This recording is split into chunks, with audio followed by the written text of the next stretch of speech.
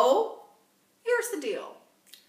I know a lot of you may know about sexual activity. I know a lot of you may not know a lot about sexual activity. And my lessons are only going to take you so far in this course, which is why I'm asking for your help. I'm looking for some suggestions, comments on what you may want to discuss or any questions that you may have about sexual health. This little baby bop here is my secret suggestion lockbox.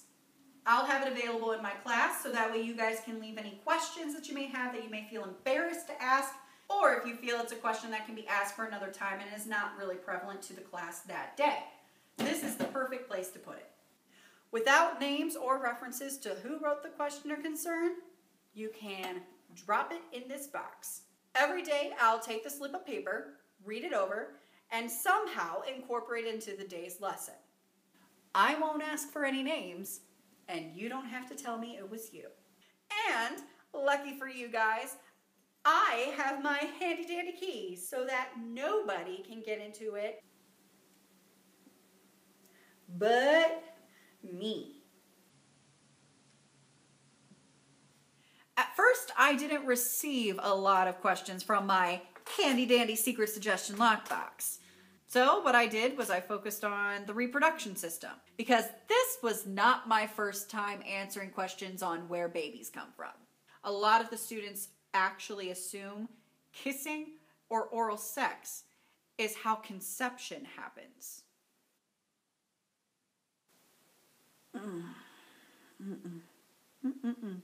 So we started talking about vaginal sex and how that happens and how that plays a role in sexual activity in the reproduction system.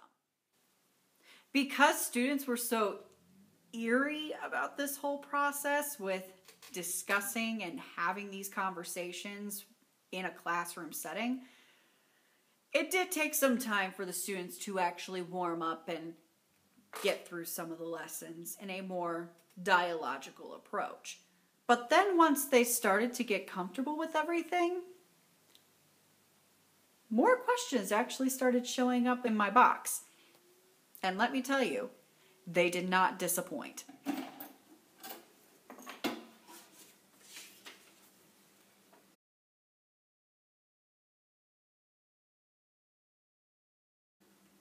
You mean this is the first question that I pull out of my suggestion lockbox?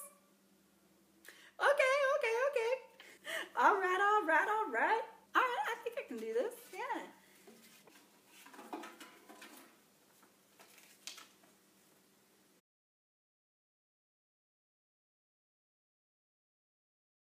Truthfully, no.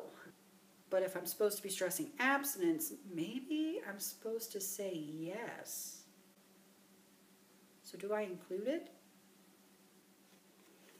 If this were Tinder, I would swipe right just to see what happens. Let's put this into the let's talk about sex pile. Let's talk about you and me. Let's talk about all the good things and the bad things that can be. Let's talk about... Oh.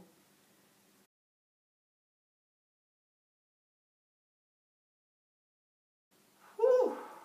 Double bagging only works with heavy grocery items. Not this. Definitely putting in this pile.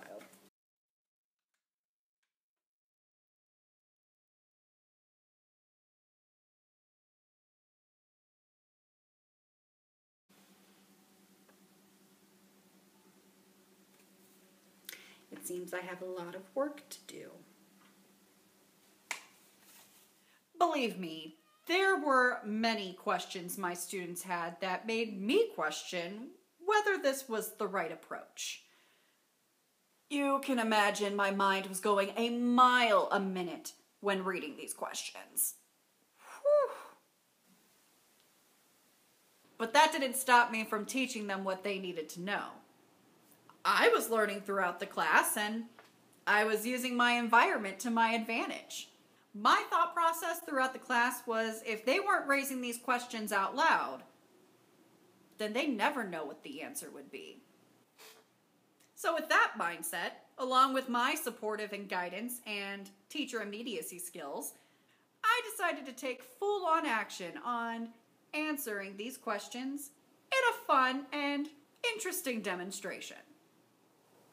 I want to preface this by saying that the easiest and most effective way to avoid unintended pregnancies and STIs is by practicing abstinence.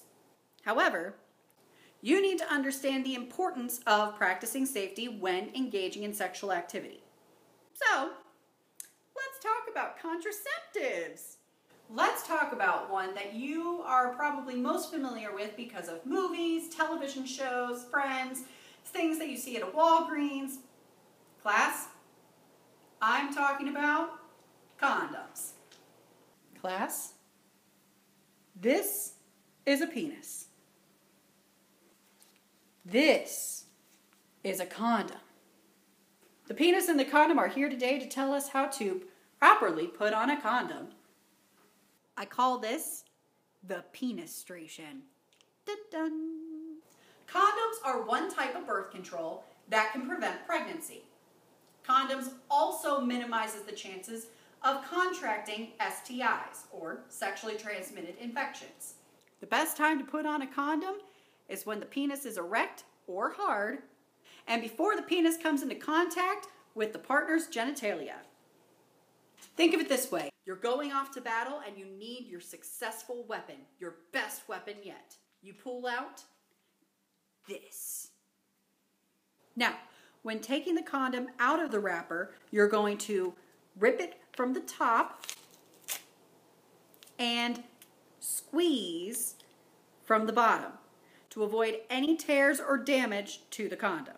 Rip the wrapper with your fingers and nothing sharp, like scissors or your teeth. No rips. Please don't. That's just asking for a tear and a rip, and that, my friends, is not sexy. Nuh-uh. No. Mm-mm. Now, find the tip of the condom with the rim on the outside, and you're going to slide the condom down. Make sure all the air bubbles are out. And bada bing, bada boom, my spidey senses says you're ready. Keep that baby on to make sure there's no future babies on the way. When you're finished, you're going to slide the condom off from the rim and slide it off with your fingers and make sure that all the semen stays in the condom. Tie it up in a knot, then throw it away. Use it once, then you're done. You only need one condom when engaging in sexual activity. No more, no less. One condom on top of another condom does not provide double the protection. It can actually cause friction between one another and tear the condom. Do not consider using homemade condoms as alternative options for sexual activity. For example, saran wrap and plastic bags should not be used as alternative condom options. However, if you are on the birth control pill, the shot, or any other type of legitimate doctor-recommended birth control, then that is perfectly acceptable and can be used when you have a condom. Just no saran wrap or plastic bags, please. There is no such thing as a homemade condom. If you need a condom, you'll want to go to the store to pick up a pack or visit your local health clinic. Now, many of you may feel like the first time you physically have sexual intercourse that it's going to hurt. And I'm not going to lie to you. For some people, it can. The experience is different for everybody. The key is comfortability, lubricant, and knowledge about your penis and vagina to make sure there's no complications in the genital area. If you are engaging in sexual activity and you experience pain, something that you cannot tolerate, then it is important to go seek medical advice from a doctor. Any questions, comments, concerns?